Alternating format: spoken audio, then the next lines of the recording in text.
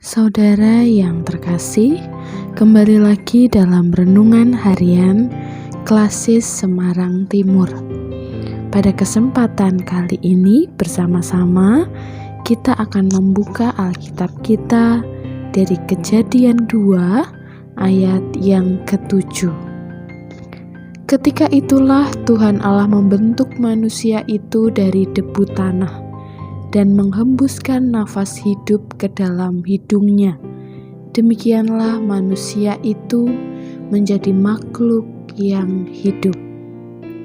Saudara yang terkasih, beberapa hari yang lalu kita menghayati Rabu Abu. Kita mengoleskan abu di kening dan beberapa jemaat berfoto selfie lalu mengupload di media sosial. Tapi apakah kita benar-benar sudah paham apa artinya ibadah Rabu Abu? Rabu Abu adalah hari pertama Prapaskah. Rabu Abu ditetapkan pada 40 hari sebelum hari raya Paskah jika dihitung tanpa hari Minggu, atau 44 hari jika kita menghitung hari Minggu. Nah, biasanya umat Kristen akan berpantang atau berpuasa selama masa Paskah. Nah, Rabu Abu berkaitan dengan abu yang melambangkan debu. Dalam ibadah Rabu Abu kemarin, kita menorehkan abu berbentuk tanda salib di kening. Dan abu yang kita torehkan itu melambangkan debu yang digunakan Tuhan untuk menciptakan manusia. Selain itu, abu juga melambangkan kesedihan dan kerapuhan. Kesedihan karena kita telah berbuat dosa, dan kerapuhan karena kita selalu berbuat dosa terus-menerus sepanjang hari dan tidak bisa melepaskan diri dari dosa.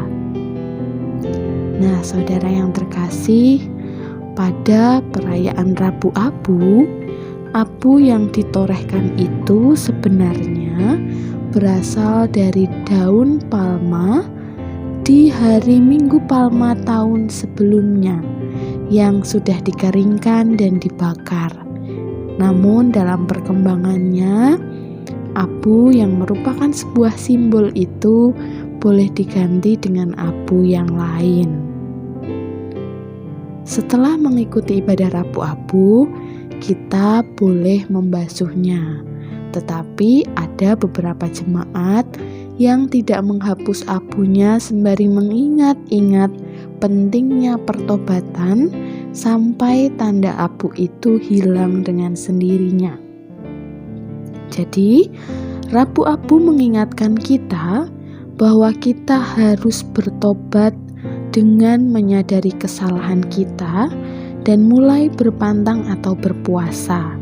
Misalnya, berpantang selama 40 hari ke depan tidak menyakiti orang lain, tidak berkata kasar, tidak membentak, tidak menjelekan orang lain, tidak pelit, tidak mudah marah, atau bisa juga berpantang untuk kesehatan tubuh seperti pantang mengkonsumsi gula berlebih, pantang mengkonsumsi garam berlebih, pantang mengkonsumsi karbohidrat berlebih, pantang merokok, pantang mengkonsumsi gorengan atau jeroan, dan masih banyak lagi.